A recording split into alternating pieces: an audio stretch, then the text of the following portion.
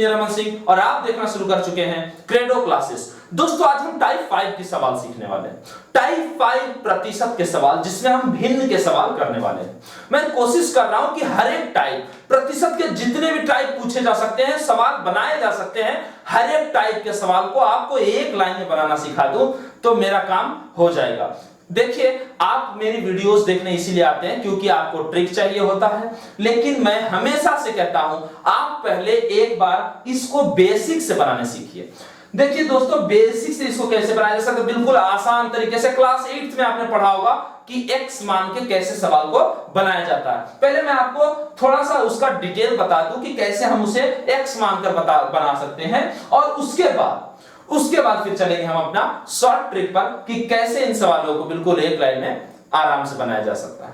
तो दोस्तों चलते हैं फटाफट सवाल की तरफ। किसी संख्या को 4/5 से गुना करना हो, किसी संख्या को 4/5 से गुना करना हो, लेकिन गलती से 5/4 से गुना कर दिया जाए तो मान में कितने प्रतिशत की त्रुटि आई।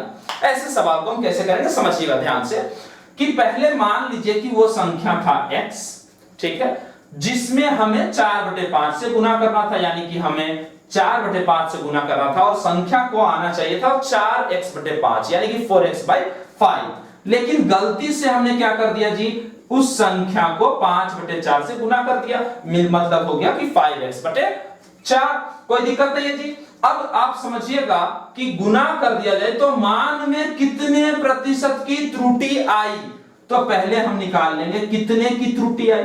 तो त्रुटि बराबर हो जाएगा हमारा 5x/4 आ गया जी, और आना कितना चाहिए था 4x/5। तो हमें पता चल जाएगा कि हमें कितने की त्रुटि देखने को मिली है। तो 4x/5 इसको माइनस करेंगे तो 4 पंचे 20, एलसीएम निकल गया है जी। और आप देखेंगे कि ये हो जाएगा 25x और ये हो जाएगा हमारा 16x, यानी कि आ जाएगा ये 9x/20। कोई दिक्कत नहीं है जी। इसमें अंतर निकाल लेंगे तो हमें त्रुटि मिल जाएगी। और उसके बाद त्रुटि प्रतिशत कैसे निकालते हैं, तो त्रुटि प्रतिशत बराबर आप जानते हैं कि त्रुटि बटे जो मूल उसका वास्तव में जो हमारा वैल्यू था वो लिखेंगे और गुना 100 कर देंगे। तो त्रुटि हमें देखने को मिली है 9x/20 और इसमें हम भाग देंगे तो हम किसमें भाग देंगे जी, जो हमारा करेक्ट फिगर था, जो हमारा सही डाटा था, सही डाटा था 4x/5। तो 4x/5 को हम लोग यहां भाग देंगे और गुना कर देंगे 100 से। तो देखिए आप इसमें देख सकते हैं, यहां मैं लिख देता हूं, चलिए नेक्स्ट लाइन में 9x/20 डिवाइडेड बाय 4x/5 यानी कि मल्टीप्लाइड बाय कितना हो जाएगा 5/4x। कोई दिक्कत नहीं है। और इनटू में क्या है जी 100। तो अब यहां पर आप इसमें देख सकते हैं कि x से x कैंसिल हो जा रहा है और यहां पर आप देख सकते हैं कि 4 से ये 25 बार में कट रहा है जी, और ये आप देख सकते हैं कि 5 से 4 बार ये कट जा रहा है। तो 25 × 225/4 प्रतिशत आपका आंसर आने वाला है 225, क्योंकि 25 × 225 और नीचे में 4 बच गया, तो 225/4 प्रतिशत आपका आंसर आ गया। ये बेसिक वे था, बिल्कुल आसान तरीका था, ये आप क्लास 8 में सीख चुके होंगे। लेकिन अब हम चलते हैं अपने शॉर्ट ट्रिक की तरफ। देखिए यहां पर अब हम समझते हैं कि शॉर्ट ट्रिक इसका क्या है। तो 4/5 से हमें गुना करना था जी। 4/5 से हमको करेक्ट क्या था, सही क्या था, 4/5 से गुना करना था, उसको पहले लिखिए, करेक्ट को, सही को पहले लिखिए और बाद में लिख दीजिए जो आपने गलती से किया है। तो 5/4 से आपने गलती से गुना कर दिया था, उसे बाद में लिख लीजिए। और फिर ध्यान दीजिए कि अंश वाले को यहां पर क्रॉस मल्टीप्लिकेशन होगा और अंश वाले के तरफ उसका गुणनफल लिखिए, यानी कि 4 यहां पर अंश है तो 4 को इसे गुना कर दिए, 4 चौके 16 हो गया जी, और 5 इधर अंश है तो 5 इधर में गुना होगा तो 5 बचे 25। ये कभी-कभी लोग गलती कर देते हैं यहां पर क्या कि 16 इधर लिख देते हैं, ठीक है, तो यहां पर आपको ये गलती नहीं करनी है, ध्यान दीजिएगा।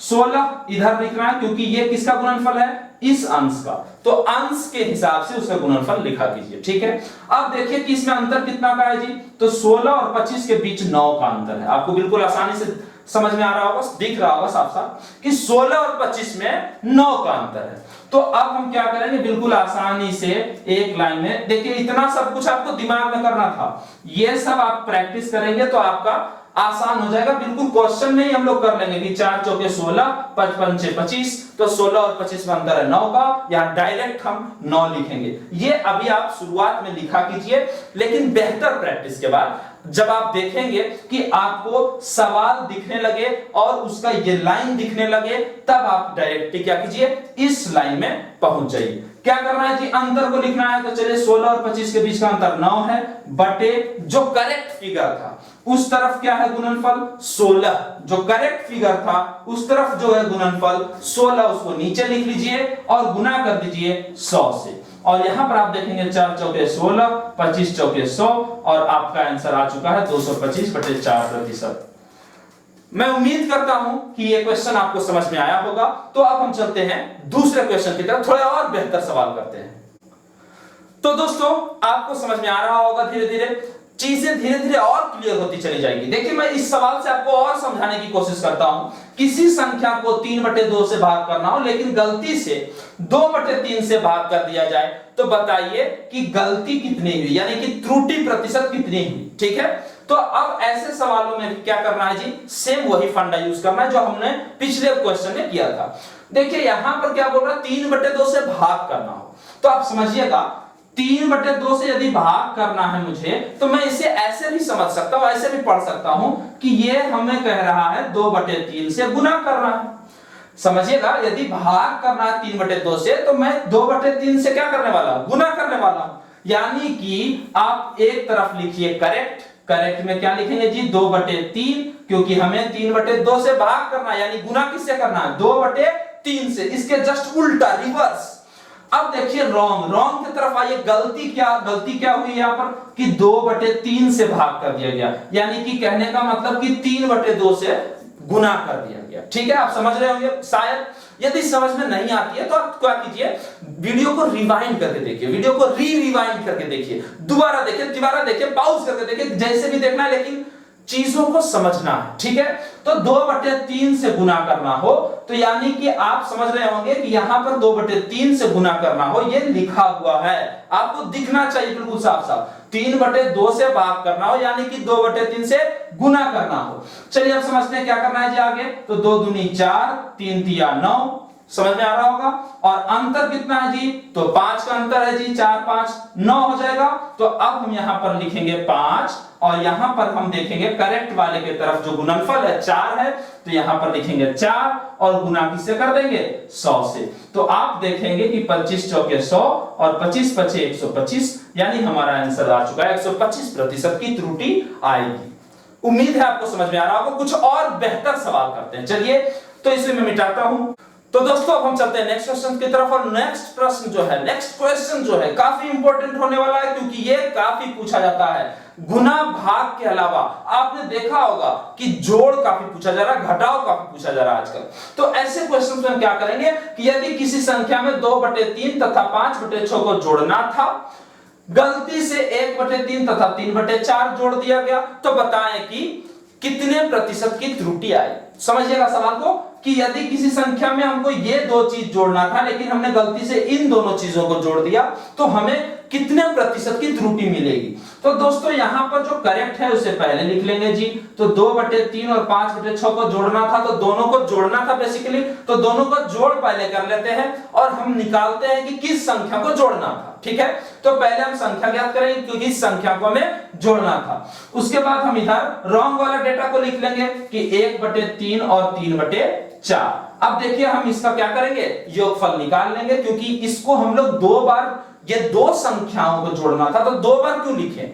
हम क्या करेंगे, इन दोनों को जोड़ना ही था, तो पहले आपस में इन दोनों को जोड़ देते हैं और निकाल लेते हैं वो संख्या जो हमारे पुराने वाले संख्या में जोड़ना था। ठीक है, समझ रहे होंगे शायद।